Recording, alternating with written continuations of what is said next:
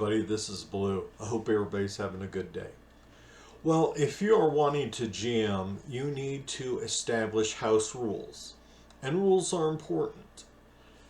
But the main thing you got to remember is once you say there is this rule, you have to defend it. You have to maintain it. Because you can't be wishy-washy and, on this day this rule is enforced, then the next day it's not. Because then your players are going to lose respect for you.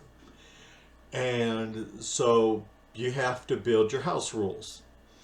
And one of the key ones that I learned was at what level to start your PCs at. And for some people it doesn't matter and all that, but the group that I belonged with when I first started off, they had one simple rule. All PCs start at level 1. If they do not start at level 1, they're not real PCs. And if they're not real PCs, they could treat them like crap. Yes. So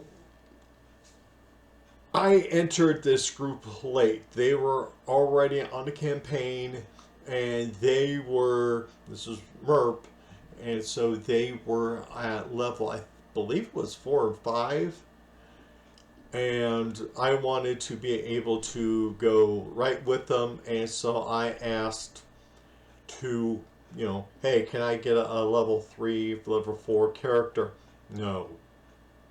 Come on, guys, I can't keep up with you guys. You guys are so higher than me. I need to be able to fight back and all that, just like you guys do.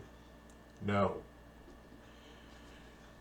And I asked another time, and then Ryan smiled. Let him.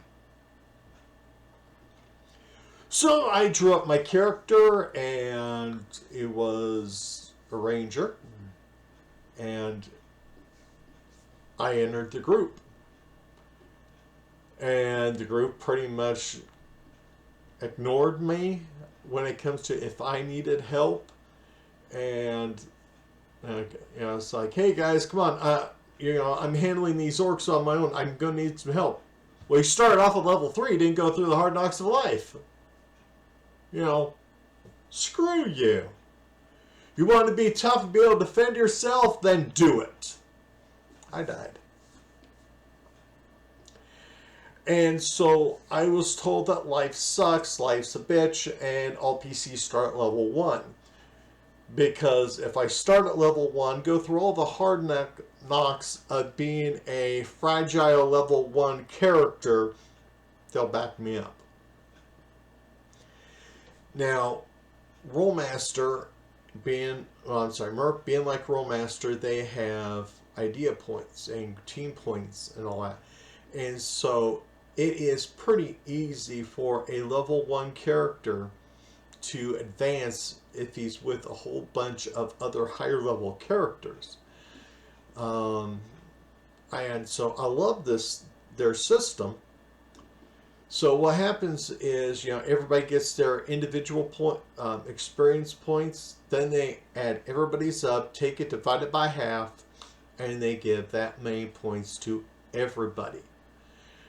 And so your level 1 character might have been very fragile at first, but if he's with a lot of higher level characters, he advanced levels pretty quickly. And while he might always be one level lower than everybody else, he could at least, participate on pretty much equal footing with the rest of the group. And the rest of the group will have, at least that group did, they had respect for every PC that started out at level 1. If you start at level 1, you're part of the team. And I think that's an important rule that most GMs need to establish.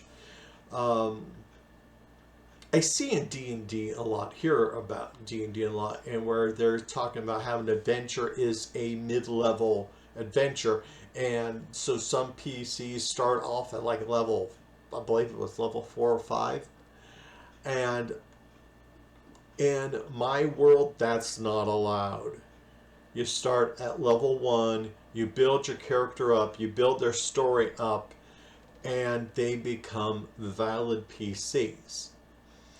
I mean, I think that makes them authentic. In fact, that's what they were saying. It's not a real PC unless it starts off at level 1. So I want you to consider having that rule in your house rules. Do what you want. Do what makes you comfortable, yes, but sometimes you got to do things that are not always popular to be a good GM. So please put your comments down below. Take care. Be at peace.